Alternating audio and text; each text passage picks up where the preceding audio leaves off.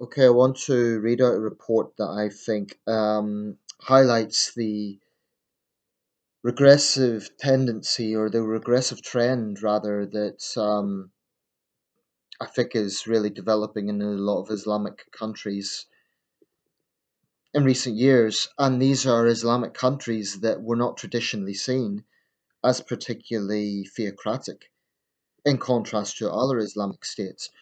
So the article isn't very long. I'm going to read it out then offer some of my thoughts. Malaysian jailed for 10 years for insulting Islam on social media. And this is from Channel News Asia. So just read out the report, it's not very long. Kuala Lumpur. A Malaysian was sentenced to more than 10 years jail and three others were charged over insults against Islam and the Prophet Muhammad on social media, police said on Saturday, March the 9th. The sentence is believed to be the harshest such penalty on record in the Muslim majority country, where concerns over racial and religious tensions have grown in recent months. Inspector General of Police Mohammed Fuzi Harun said in a statement that the person, who was not identified, had pled guilty to 10 charges of misusing communication networks. The offence carries a maximum penalty of 1 year in jail or a fine of up to 50,000 Malaysian ringgit, which is equivalent of 12,000 American dollars. The sentence was meted out consecutively, Mohammed Fuzi said. Another social media user had also pled guilty, and a sentencing hearing would be held on Monday.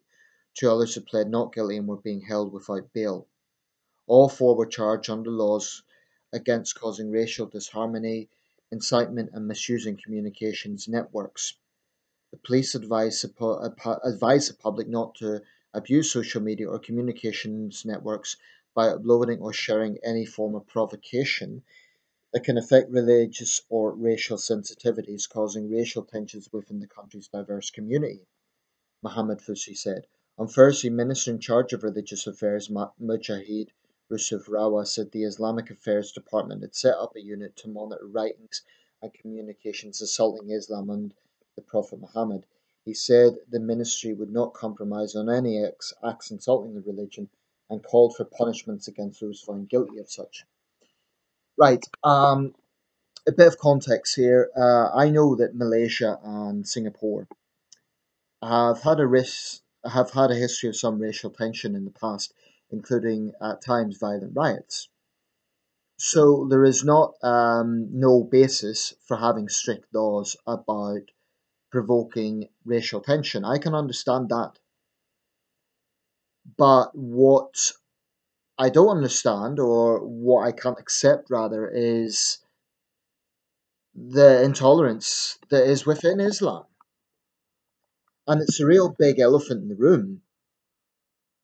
In politically correct Western societies where we equate criticism of religion with bigotry, which is absurd, no one really mentions this. But sadly and disturbingly, what's been happening in both Indonesia and Malaysia in recent years is an increasingly theocratic tendency.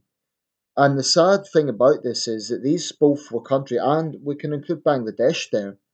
Bangladesh, Malaysia, Indonesia are Muslim majority countries, but I think it's fair to say they were never real hotbeds of a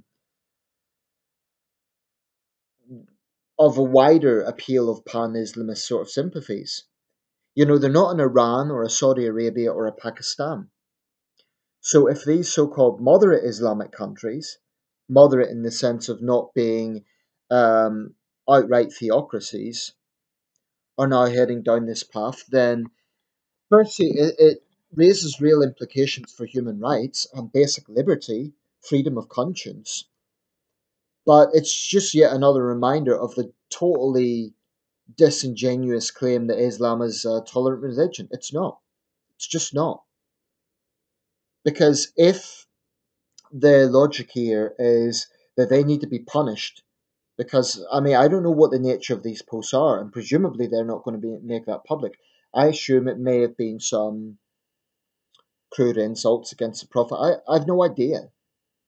And that's part of the problem. Without knowing the details of what these insults actually were, how can the public determine if this isn't a law being abused. That strikes me as being very Orwellian. I mean, let's just state out an obvious fact: theocracy is incompatible with liberty. You cannot have a situation whereby people are harshly punished for criticizing religion and say that that is freeing them from something, that is somehow providing human liberty. Islam does not liberate. And is Islam, what I would say to Muslims who are getting up in arms about this, angry about this video, and angry about anyone who challenges their faith, if Islam is so strong, then why is it so weak and so sensitive when it comes to criticism? If it's so strong, wouldn't the Prophet himself have had the confidence not to be bothered by criticism? Why is this religion so thin skinned? It's a big elephant in the room. And we're never going to ask that. No respectable Western politician is going to ask that question because they'd be accused of being an Islamophobe, a bigot. But we need to see the difference between hating individual adherents of a faith, which is bigotry, versus questioning the tenets of a faith, versus questioning the extremes of religion, which is very obviously the case here. If these people were genuinely stirring up hatred against, say, a different ethnic group, I could understand the need to punish them because that's provoking violence. But if this is a simple case of criticizing a religion, then that says much more to me about the tendency to commit violence of those who can't tolerate that religion. Does that mean, oh, well, to prevent mob violence, to prevent a mob of angry Islamists tearing these people apart, we'll just punish them? And that seems to me to be going down the lines that a country like Pakistan is in, with their disgusting treatment of Asia Bibi and others. It's very disturbing. And what I find infuriating is, like with so many totalitarian situations, we may not be able to change this, but what we should not be doing is pandering to it.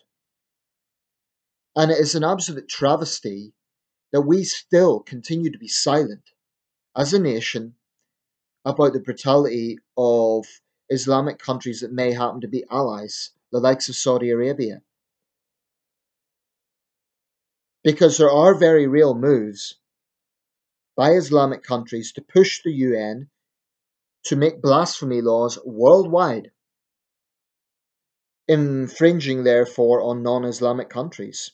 So they want a situation whereby there cannot be discussion anywhere in the world of this. And it's a little bit like the sort of totalitarian encroachment the Chinese regime is trying to impose, albeit through different methods and through a very different form of totalitarianism, but still totalitarianism. Malaysia is a diverse country, and I understand the need to punish those who really are inciting racial hatred.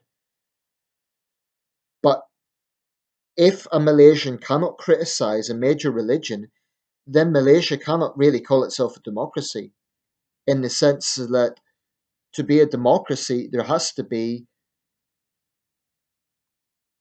some degree of tolerance for freedom of expression.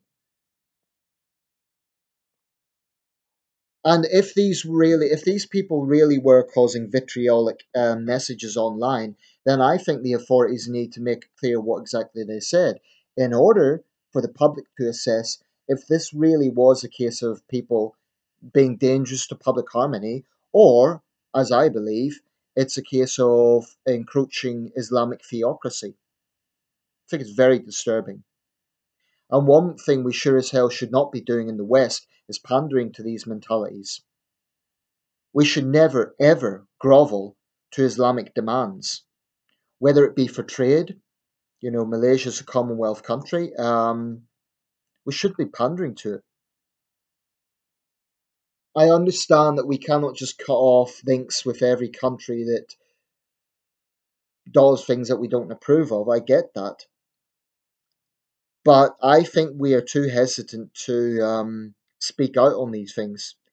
And I think it's because the natural retort would be this is our internal affairs, mind your own business, except that Islamic theocracy is not content with staying within borders. Theocratic leaders are very skinned, very weak people because any perception of criticism of Islam, they want the person to be brutally punished. They want blasphemy laws thrust on them. I don't think that blasphemy laws have any place in any democracy. Why? Because they are used to persecute. They are used to crush dissenting views. You know, if you don't like someone criticizing your religion, then argue with them. Explain why they're wrong. Confront them with adult debate. But throwing someone in jail for 10 years because they've criticized your religion doesn't make Islam look strong. It makes Islam look very cruel, very totalitarian, very intolerant, which is what it really is. But because it's a major world religion, no one wants to say that. So my challenge to any Muslim viewers of this is justify this, or try to justify it. If Islam is so wonderful, then why is it so sensitive? Why is it so thin-skinned? Can you answer that question? I will always condemn genuine anti-Muslim bigotry in the West. You know, hating Muslims, showing bigotry towards individual Muslims. But we must not tolerate a situation whereby the perception that religion is criticized equates to hatred or bigotry. That's a very dangerous mentality because it brings us back hundreds of years. And that applies to those who say, oh, their country, their culture, their laws. There is such a thing as international human rights. And I find it sad. I'll be making a video probably specifically about this, but you know, under that sort of argument, then a country can do whatever it wants. It can persecute people and say, oh, it's our internal affairs. It's our culture to persecute people. It's an argument I have very little time for when it's used in that sense.